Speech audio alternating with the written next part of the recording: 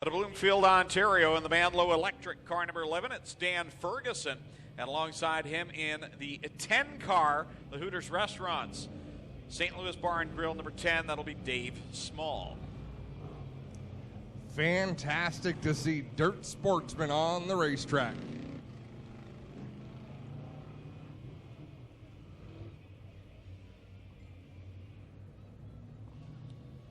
You guys just let me know when you want me in here. Yeah, Greg and I are going for ice cream, Clint. Hammer down. Well, since it's you and Adam, this is where you guys got your start with the Sportsman. Take it away, guys. All right, thanks, Greg. Here they come off turn 4 for the first time. Brent Bigelow, third-generation driver, will get the leap into turn 1, and Justin Sharp right up the tailpipe of the Seminux 16. Down the back straightaway, Brent Bigelow extending his lead slightly over Sharp as Cody McPherson looks to the inside in 3 and 4. Track a little bit chunky up on the outside. Mallory with a bit of trouble there as he works around the 18 of Herbison, coming back to turn 1 though. It is right now Bigelow with about a 4-car length lead out ahead of Justin Sharp. I love the run Jay Mallory got off of turn number 2. He let the car slide up the banking, drove it down the hill, and he gets to the inside of Ferguson in that 11. Well, when you and I started here 21 years ago, he was the guy to beat for many years here. Mallory, one of the winningest drivers in these sportsman-type cars. Now, Adam, there'll be 3 qualifying heats. The top 4 will redraw for their starting position, so top 4 is where they got to be. Well, Jay Mallory's got to get a move on if he wants to get to that top 4. Meanwhile, out in front, Brent Bigelow found a comfortable line. He's looking good in that Seminux SO number 16.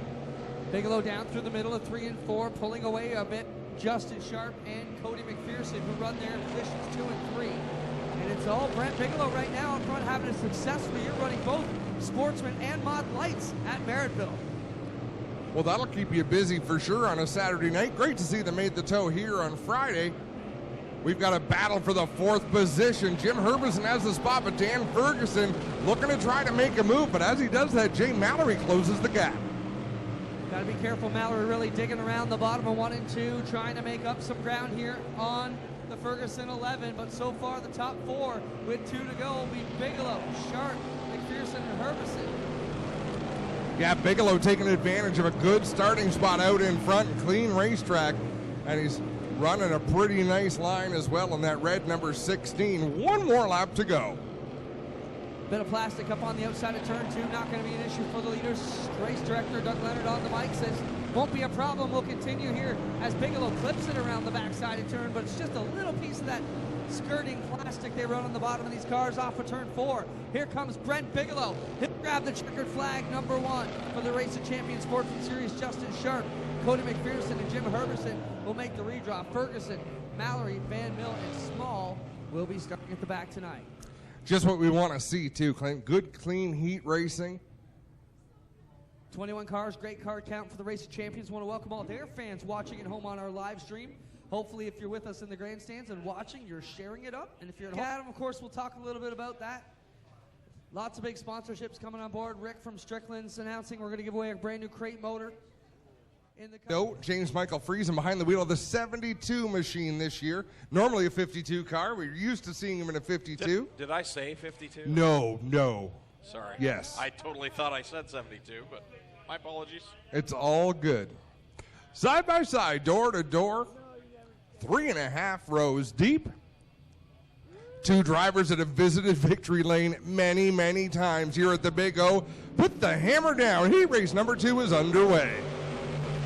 Rouse to the inside will get the leap out front of Penante and slide up in front of the 99P. Penante coming back at it now. Some more body work hitting up in the air in turn 1, but a good pack going off to 3 and 4. Penante really put the hammer down coming off the turn, ran out of room or he would have got in the back of Brad Rouse, and yellow flag is out. Debris right there in the middle of turn 1 and 2 as the field goes by. Ryan Smith will reach up there. Dustin will run up there and grab it. Whoa, and then we got a mix-up on the back straightaway after the yellow. I had my back to that. What happened? I was looking at Clayton Johns. I thought you were saying pizza. No, well, we had this discussion. I tried it one night. I was so excited. Pizza got delivered to the tower, and I got busted repeatedly trying to talk while I was eating pizza. Well, let's just say I can't do that anymore. Well, it's kind of like you told me, quit trying to be happy, leave it for the happy people. So we leave the pizza for the pizza guy. You should be allowed to do that. Listen, when you walk into the tower, Clinton Jeffrey, we all cringe a little bit because you're usually, we're sitting here, Greg will be eating French fries, Clayton will be eating French fries. You come in on the chip, and like the intensity rises to a ridiculous level here in the tower, and then you come in with a smile on and really screwed us up. I was going to say I disagree. You knew I was having a terrible day, but I came cheery into the tower, and you See you being miserable. When you come in and try to smile, it creeps me out a little. I'm excited. Great crowd here tonight. Great car counts all around. Great sponsor support. I mean, what else could we ask for? Amazing viewers watching here and at home with us. Numbers are up. It's an amazing time to be here. We only have 3 Fridays left, including tonight. Can you guys believe that? That is insane to think that we've only got 3 more, actually, after tonight. And there's going to be great races. You don't want to miss any of them, folks. Green flag about to fly once again. Brad Rouse on the inside in the orange car. Greg Panante up on the outside. Good with games and shift there. Panante trying to hold the outside, but Rouse just took his move and went for it. James Michael Friesen the inside, and Chevalier around 2 already as Pacholski makes a hard right up into the pits, but back into 3. We got a duel going on for second. It looks like Panante is having trouble getting into the corner. That car looks like it's really tight on entry, but he's able to jump on the throttle through the middle. He got into the corner better there on the throttle, able to track down Brad Rouse just a little bit, but Brad Rouse, once he gets out in front, it is really hard to beat Brad Rouse in a Sportsman. Chad Chevalier up on the outside of James Michael Friesen's advantage. Trailer machine will be the Williamson Welding, number 12 of Chevalier around the outside. And yeah, and there you see that push on Panante. Causes him some ground. He falls right back over the Nerf bar here of Chad Chevalier. Little bit of a bunny hop there going into turn 3. These drivers having to get used to that. But all of the top 4 have raced here before, Clint. And the track a bit damp still at the top side of 3, but they'll dry that one out as they keep pushing on it. Sprint cars are up next, as you can bet. They'll push it even higher. Rouse driving away from Greg Panante. Now Panante coming back to racing after a few years off, back behind the wheel of the 99P. His cars are always beautiful. Panante, this Sportsman class has a lot of teams like Brad Rouse, Jay Mallory, Greg Panante. There's a lot of them that really take pride in how their cars appear.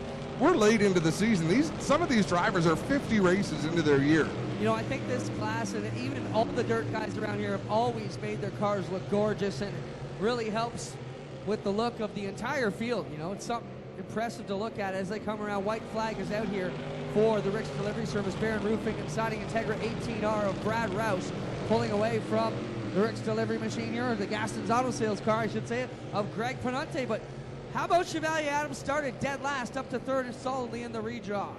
And they all figured out how to avoid the bump there going into turn number 3. They looked a lot better on that last lap than they did early on. And Brad Rouse takes the checkered flag, and the entire field heads up into the pits to roll over the scales.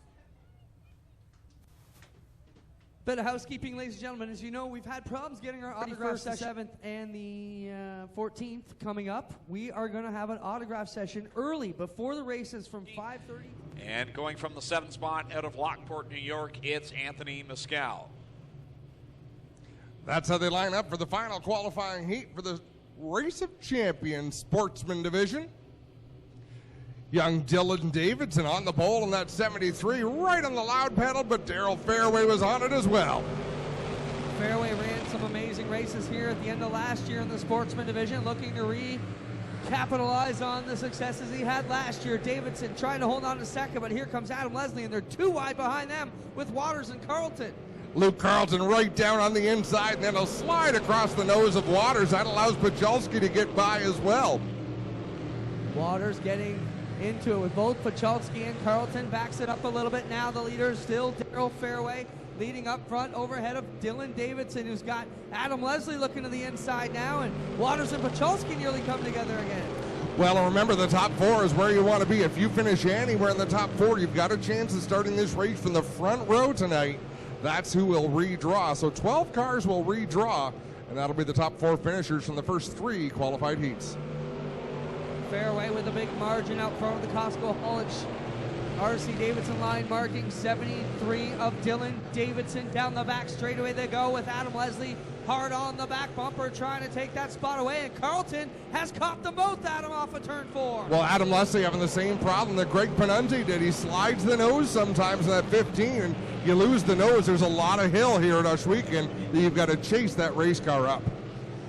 Leslie now driving around the outside of Davidson, looking for the bite there. Carlton struggles with the bump in 3, this time off of 4. It's still Daryl Fairway with a big margin out front of now Adam Leslie as Davidson slips back and he's in danger of falling out of the redraw as Pacholski takes the sideward step in turn 2. Davidson has a big problem in that 73, and I don't know if it's a plug wire's come off, but he is just not making any power. Can't even get the back end to come around coming off the corner, but laps are winding down, and he was still in a redraw position. I talked to his dad about it. They have changed everything electrical on that car, Adam. They don't know what it is. 2 weeks ago, he had his best run ever at Humberstone. Had it all go away when he was rolling through the field when the electrical system crapped out. Whatever's going wrong is back tonight as Fairway, half a lap to go into 3. Electrical problems are enough to make you want to stop racing. They're just so hard to chase. But checker flag in the air for Daryl Fairway. He'll take the win in heat number 3. Luke Carlton getting squirrely. Adam Leslie second. Carlton to come home third. Fourth goes to the 12 of Emily Pacholski. Fifth to Davidson. Just ahead of Anthony Mescal, and Chris Waters rounds out the field.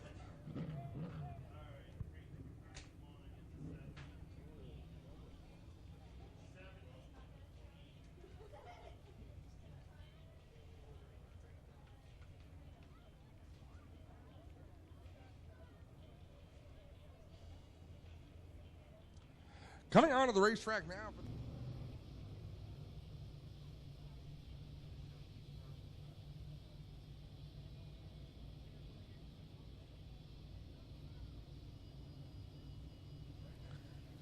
All right, ladies and gentlemen, get on your feet, wave these drivers on. They're 4 wide and fancy for you, the fans. This is the ROC Sportsman Tour.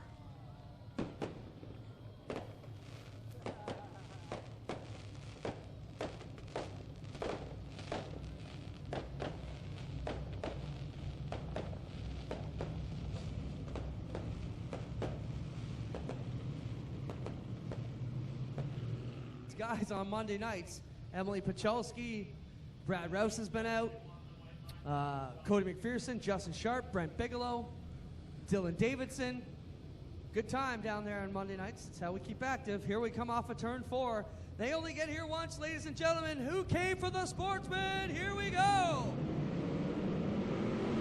Green is out off to turn 1. Heavy Chevy, Chad Chevalier to the outside, but James Michael Friesen letting his presence be known as he takes over third. And Daryl Fairway in the 66 with a bold move out of turn number 2. So the top 4 really asserting themselves in the opening lap, and we've got one around on the back straightaway. That's Dylan Davidson in the 73. Facing the wrong way down the back straightaway. Not sure what's wrong with the Ramrod Racing 73 for the Davidson family. Contact with the too cool of Derek Van Mill. Yeah, and there's a lot of lengthy contact. Looked like they got hooked together, Derek Van Mill with Dylan Davidson. Davidson able to drive away, so is Van Mill, and we'll see if... That is not a congratulatory number 1. I didn't see it. So, Dylan Davidson, as we mentioned, all kinds of problems with the electrical system on the 73 the past month. I thought that was an awesome show that night. You know, first All-Canadian I haven't been to in 20 years. I was here with the flat track bikes, but it's been great. I always love going there. It's action-packed, always action-packed down there. So the field bunches together. It'll be a complete restack of the deck with Pacholski on the inside of the front row, Chad Chevalier on the outside. Let's see if James Michael Friesen does anything different, because Brad Rouse went from the outside all the way to the bottom of the track on that original start. Let's see if they do anything differently as the double green flag's about to fly from Kyle McKenzie. Well, as we talk about owners, I want to welcome Joel and his family here from the Friesens out of Ransomville, former owners. Here we go, back to it.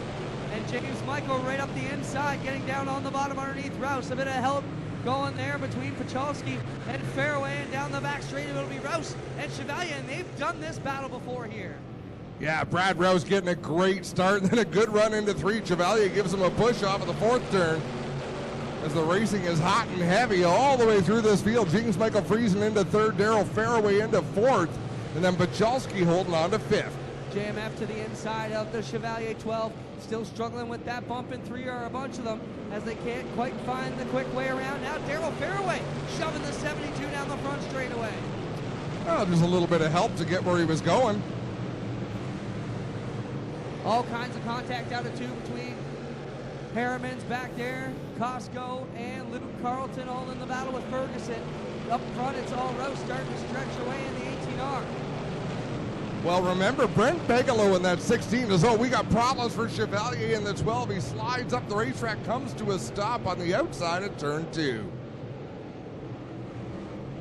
Problems for Chevalier, that is big issues for a guy who was a favorite to win here tonight. The yellow will come out for Chad Chevalier's number 12 Williamson welding machine. 3 of 30 complete here for the Race of Champions Sportsman. Their only tour visit to Oshwegan. For those of you who don't know, Adam and I got our teeth being clowns on the microphone.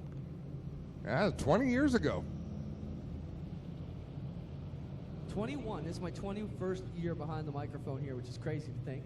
21 years ago, I could have gotten away with eating pizza while we were announcing because most people couldn't hear. Now that there's a broadcast, here comes Chevalier back out onto the racetrack. So whatever was wrong with the 12, he gets it back out. We're going to go green this time. Brad Rouse up high. James Michael Friesen on the inside. And wow, Brent Bigelow all the way up to 4th. So it was a flat left rear here on the Chevalier machine. That's why he got his courtesy laps, and away we go. Back on to the front we go at it is JMF trying to get under BR as they come here on the inside. Tight out of 2 they are.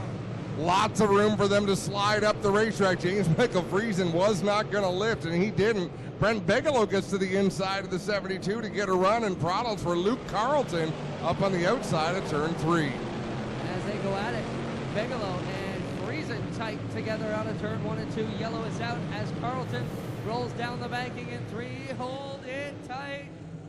Cool hand, Luke. Carlton will hold it tight on the brakes, and we will get him fired up. Hopefully no issues there. 4 complete. He went for a pretty good bounce up there in the corner.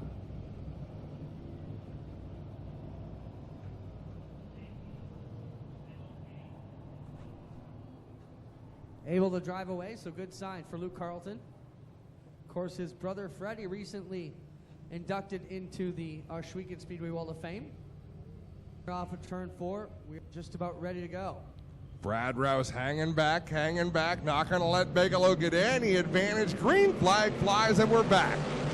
JMF all over the back bumper. The Bigelow 16 shoves them up into the bottom of 3, but can't grab the bite now. Here comes Fairway around the outside of the 70 deuce. And Bigelow with a charge here on Brad Rouse for the lead. Brent Bigelow with a good run down low, watching them bounce off each other a little deeper in the pack, and Bigelow clears Rouse off of 4. Rouse going to take it up the cushion. It pushes way up the banking for the 18R. Here comes Darrell Fairway out of Hamilton down on the inside in the Posner Metal 66. He'll drive it down into the corner. Rouse drives it deeper, higher up the racetrack. This allowing Brent Bigelow to get away by a couple of car lengths as Justin Sharp trying to work over the back of the 72 of Friesen. Still battle for second is the hot one as Darrell Fairway trying to look to the inside of the Rouse 18. Nothing doing there, and Sharpie up the track in the 4th turn in the number 8 car. 6th and 5th, but fades back off the 72 of Friesen. Cody McPherson started a little deeper in the field in that red number 7. He's picking them off about 1 car a lap. Next car ahead of him is the 8S of Justin Sharp, and that'll put McPherson into the top 5. Bigelow on a tear here, the 7XS of 16 just pulling away from the 18R of Brad Rouse and Darrell Fairway. James Michael Friesen 4th. The battle for 5th is between C-Mac, Cody McPherson, and Sharp on the outside. Another driver on the move. He had to pit for a left rear tire, but Chad Chevalier has put about 10 cars behind him. He's running about the 15th position down into turn number 1, just behind the bright orange number 20 of Jay Mallory, but Chad Chevalier could use another yellow flag right about now to bunch this field back together. Well, there's a slight bit of debris on the middle of turn 1 and 2, right where Rouse passed it now, but it's way up out of the groove. Officials have discussed it. We're going to let it keep going as it is up over the berm. Yeah, it's quite a ways out of harm's way right now as Brent Bigelow driving away in that number 16 machine. Greg Penunti in the 99. He'll peel off into the pits in that bright green and yellow colored machine. 11 laps in for Brent Bigelow, currently leading Brad Rouse, Darryl Fairway, James Michael Friesen, and Cody McPherson in the top 5. Behind them, you've got Justin Sharp trying to come back, and McPherson, he's right all over the back bumper. Chad Chevalier and Jay Mallory having a good battle deeper in the field. Chevalier tried to drive to the inside of Emily Pachalski and got cut off there into turn 1 the last time by, so now he's having a battle with Mallory, and he'll try to get a run at Pachalski once again. Trying to work this one to the back end of the field is Brent Bigelow. First car he will see will be the Derek Van Mill 2 Cool car. And he's got at least a 3/4 straightaway out front of Brad Rouse as they run here on lap 11. 12 complete now. Bigelow closing in, as you said, on the first lap car. Van Mill will drive to the inside, and Van Mill running right in the lane that Bigelow wants to be in. So we'll see how much patience Brent Bigelow has with this lap traffic. Bigelow gets underneath Van Mill without issue. Rouse will start licking his chops. Thought he might have been able to do something now. Tyler Pachalski takes the 21P to the pit area as Rouse looking for anything he can wind up and throw here at Brent Bigelow. Chad Chevalier still working through the field. He's battling right now with Dan Ferguson in the 11 and the 18 machine of Jim Herbison. Wow, those were close quarters on the outside of the front straightaway, but pick up 2 more spots for Chevalier. We will watch. Here's the leader. Brent Bigelow deals with the Dave Small number 10 car. Can't quite clear him yet as they get onto the backstretch. Now he will push hard through the inside. Coming for 12 to go for the 16 of Brent Bigelow. Brad Rouse working through the bump in turn number 3. He's searching around the racetrack, trying to find something that he can try to contend with Brent Bigelow and close that gap as James Michael Friesen crosses over the 7 of Cody McPherson as they battle for that 4th spot. McPherson to the inside of Friesen. He will just flat out drive by the 72 like he's chained to the fence on the back straightaway. McPherson moves himself up into that position now. Sharpie up ahead of them, running good in the 4th. And Sharp is running so high on the racetrack. He has taken the long way around in 1 and 2, but he's found kind of a smooth groove that seems to be working for him. And if my eyes aren't deceiving me, Rouse has made a bit of distance as Bigelow stuck behind the waters, 113 here in the middle of 3 and 4. Can't quite get clear and start to take away. Now he'll get to the inside. Well, the fact that Brad Rouse is using a different line is going to help him quite a bit. Bigelow hasn't moved around the racetrack too much from the inside groove that he's been running. Rouse right. Oh, trouble in 1. Derek Van Mill gets turned around in turn 1, and wow, this could change the whole perspective of this event now. This changes everything. Now, one thing it's going to do, lap traffic will probably not play a role because in the 9 laps that are left, I don't think they'll catch the back of the field. So Brent Bigelow can continue to run the line that he's been running all night long. But with things bunched up and the kind of experience Brad Rouse has behind the wheel, what sort of tricks can he pull out of his hat? Lucky winner. Skilled pilot, we should say. Not much luck going to have to do with it. Oh, so be lucky if they win tonight and they don't win other nights. And it could be just about anybody. Although I'd say smart money is on Ryan Beagle. As this track gets slick, he loves it. Bringing it back to Kyle McKenzie's green flag. Rouse up on the top. Bigelow doesn't give him a chance, and now he does as Rouse will tuck in behind. We're going at it. Rouse is up along the outside, going into 1, trying to push the cush. And Rouse will go straight to the outside. He committed to the top of the track. Brent Bigelow hit his marks on the bottom, got a good start, but I think 3 and 4 is where Rouse can make up even more ground. Off the backside comes Brent Bigelow with Rouse running tight in the mix. Rouse up to the cushion again, but Bigelow smooth and steady off the bottom has the line. Rouse is closing in though. If he hits that entry, and he did there in turn 4, get up to the cushion, power off the cushion, I mean, Brent Bigelow just has to keep doing what he's doing, whereas Brad Rouse, he's trying something a little bit different, but I think if he gets it just right, he can close in. But as I say that, he lost about 3 car lengths that corner. Bigelow, just the class of the field so far. This is 24 with 6 to go for the 16 machine. Rouse, Meyer back in second, but what a battle for third, fourth, and fifth as it's Fairway. And then Sharp, McPherson, Friesen, and Chevalier. Well, now Jay Mallory's starting to come on strong as this race winds down. Just 5 laps to go this time at the stripe, and Brent Bigelow really pulling away out in front. Mallory thought about the inside that time. Now Chevalier down under the James Michael Friesen, 72, and will take that position away. It's still Bigelow, Rouse, Fairway, the top 3 as they come around with just a few more to go. 4 laps remain. James Michael Friesen really hit that bump in turn number 3, but didn't slow him down one bit, kept his foot down, and Cody McPherson gets up over the cushion. Chevalier gets around, James Michael Friesen to the inside. Working here, back to turn 1, Bigelow with a half straightaway lead out in front of the Rouse 18R, then the 66 machine of Fairway. Next time out of turn 4, it'll be 2 to go. 2 laps left for Brent Bigelow as he drives away from the field. Brad Rouse solidly in that second position as Jay Mallory to the inside of Friesen and McPherson off at turn 4. Nothing doing for Rouse as Bigelow down the back straight one final time. The field will surrender to Brent Bigelow as they got nothing for this guy tonight. White flag is out. One more time around for the 16. 1 more lap to go. The battle is deeper in the top 5.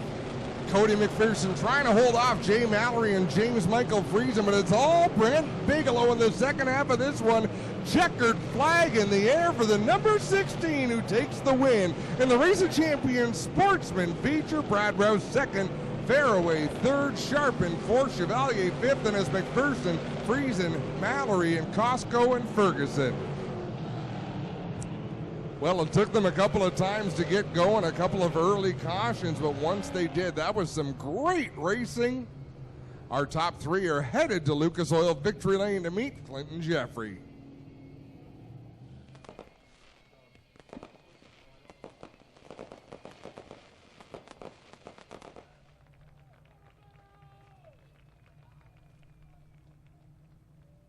Brent, solid drive here tonight. Rouse didn't have much for you. You pretty much took off and were gone after the last restart. So let's talk about your night here.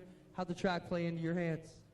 Yeah, it was, good in the heat and, not so good redraw there in 9th. So I knew we had our work cut out for us, but, had a really good race car and, just had to dig on the bottom there. And, knowing this place, you used to be on the outside and, so I was a little worried because I'm usually real good on the bottom, but the track was awesome on the bottom, and it kept digging and knocking them down. So just got in my rhythm there and did my thing and it all worked out. And oh man, this is wicked.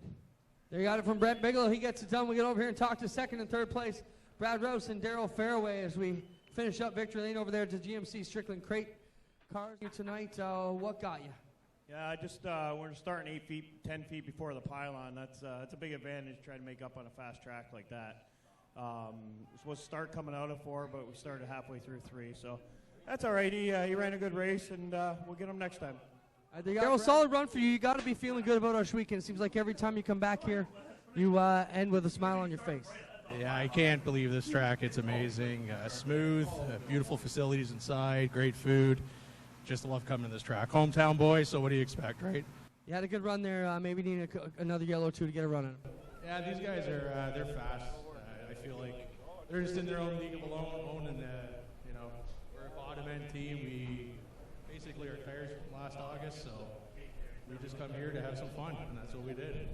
We'll be right back with the start of the GMC Strickland Crate feature. 3 feature events to go. Crates, 360s, and then the Thunderstock Gale Cash Blast 50.